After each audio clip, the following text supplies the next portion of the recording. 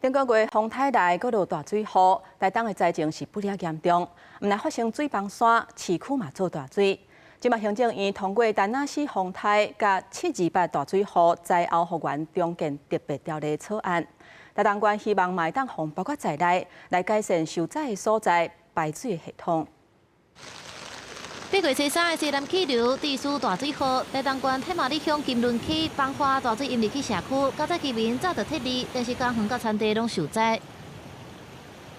因那顶个月丹那市风台甲低气压连续落2礼拜外的大水后，达人、大武甲金峰乡有真侪所在也拢水崩山，土石流冲入去徛家。到即马，当地居民也是真烦恼，刷落来阁有风台，敢会阁发生灾情？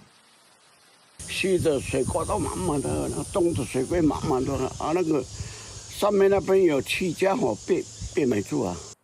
行政院初期已经通过丹那市风台甲7月28大水河灾后复原重建特别条例草案。草案当中按照惯例激励几个县市，但是台东县却无列入去激励，引起地方的关注。县府即马统计7月、8月灾情，包含工程类甲农损，都超过10亿。县府希望会当列入去重建特别条例地区，这会当对大水的疏通佮排水系统的重建有帮助。